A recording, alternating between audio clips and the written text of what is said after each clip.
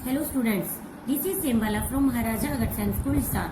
Today we are going to study History Chapter 1 of Class 10th. After the end of this video, I will give you homework which will be checked once the school reopens.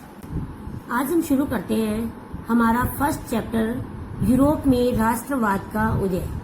राष्ट्रवाद यानी कि एक देश के लोगों में अपने देश के प्रति जो है कुछ भी कर गुजरने की भावना का पैदा होना, अपने राष्ट्र को श्रेष्ठ समझना और अपने राष्ट्र के विकास के लिए हमेशा जो है विकासशील रहना, मतलब कार्य करते रहना। तो हम जो है इस लेसन के अंदर यूरोप के अंदर किस तरह जो है राष्ट्रवाद का उदय हुआ इसके बारे में पढ़ेंगे। सबसे पहले हम इस चित्र को देखते हैं।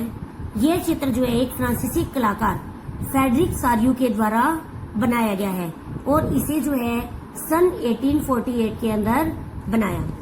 फ्रेडरिक सारियू जो था ये एक फ्रांसीसी कलाकार था। इसने 4 चित्रों की एक श्रृंखला बनाई थी और उसमें सपनों का एक ऐसा संसार रचा था जिसे जो है शब्दों में जनतांत्रिक और सामाजिक गणतंत्रों से मिलकर बना था।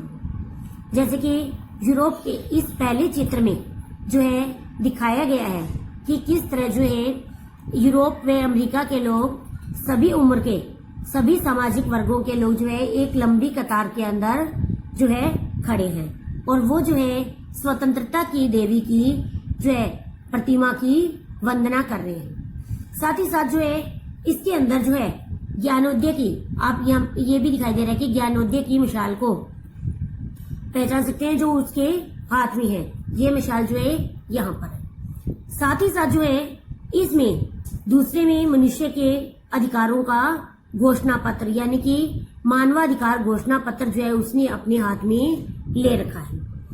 इसके साथ ही साथ जो है इस प्रतिमा के सामने जो है जमीन के ऊपर निरंकुश संस्थानों के ध्वज अवशेष बिखरे हुए हैं। अवशेष यानी कि बिखरे हुए टुकड़े जो है विनाश के बाद जो बचा कुचा रह जाता है उसको कहते हैं अवशेष।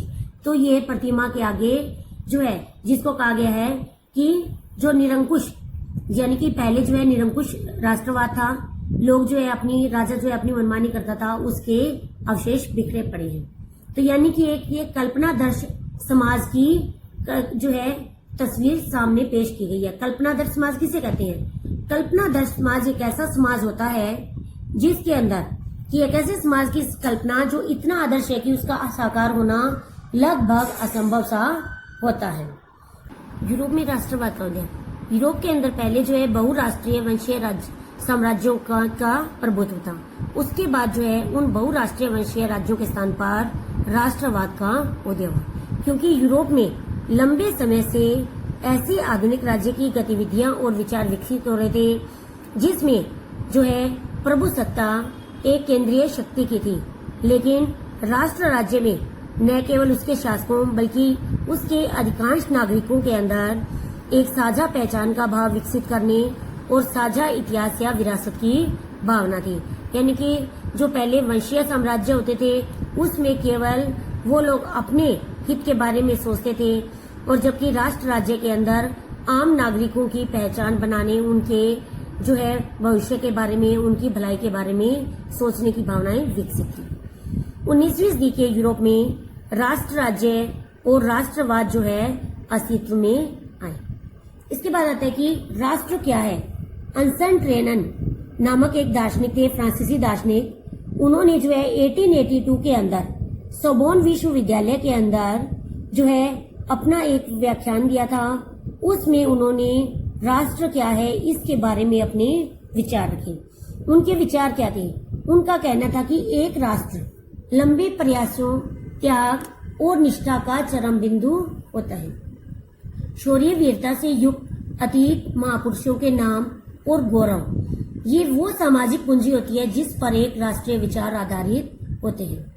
अतीत में समान गौरव का होना, वर्तमान में समान इच्छा संकल्प का होना और मिलकर काम करने और ऐसे ही और आगे काम करने की इच्छा करना और एक जन समूह को इकट्ठा करके ये सब काम करना एक जरूरी शर्तें मानी जाती हैं। राष्ट्र एक बड़ी और व्यापक एकता है और उसका अस्तित्व जो है जनमत संग्रह है। यानी कि राष्ट्र जो है, कोई भी राष्ट्र जो है तब राष्ट्र बनता है जब उस देश का अतीत जो है बहुत ही गौरवशाली हो, लोगों के अंदर मिलकर रहने की, मिलकर काम करने की इच्छा हो और सभी लोग जो है मिलकर रहें, तभी एक राष्ट्र जो है अच्छा राष्ट्र कहलाता है। अब हमने पढ़ा था जनमत संग्रह। जनमत संग्रह क्या होता है? एक प्रत्यक्ष मतदान जिसके जरिए एक क्षेत्र सभी लोगों से एक प्रस्ताव को स्वीकार या अस्वीकार करने के लिए पूछा जाता है, यानी कि जिसमें सभी लोगों से उनकी राय जानी जाती है कि वो लोग क्या चाहते हैं, इसे जनमत संग्रह कहा जाता है। अब हमारा इस लेसन का फर्स्ट टॉपिक आता है फ्रांसीसी क्रांति और राष्ट्र का विचार। फ्रांसीसी क्रांति कब हुई थी? फ्रांसीसी क्रांति हुई थी 1789 के अंदर, जिससे जो राष्ट्रवाद की पहली स्पष्ट अभिव्यक्ति मानी जाती है। फ्रांसीसी क्रांतिकारियों ने जो है ऐसे लोगों के अंदर एक सामूहिक पहचान का भाव पैदा करने के लिए जो है क्या क्या कदम उठाए, वो है जैसे फर्स्ट है पितृभूमि और नागरिक जैसे विचारों ने एक संयुक्त समुदाय के विचार पर बल दिया, जिसे एक संविधान के अंतर्गत समान अधिकार प्राप्त थे। दूसरा, एक नया फ्रांसीसी तिरंगा झंडा चुना गया जिसने पहले वाले राष्ट्र ध्वज की जगह ले ली। थर्ड है स्टेट जनरल का चुनाव जो है सक्रिय नागरिकों के द्वारा किया जाने लगा। फोर्थ, एक केंद्रीय प्रशासनिक व्यवस्था लागू की गई, जिससे अपने भूभाग में रहने वाले सभी नागरिकों के लिए समान कानून है।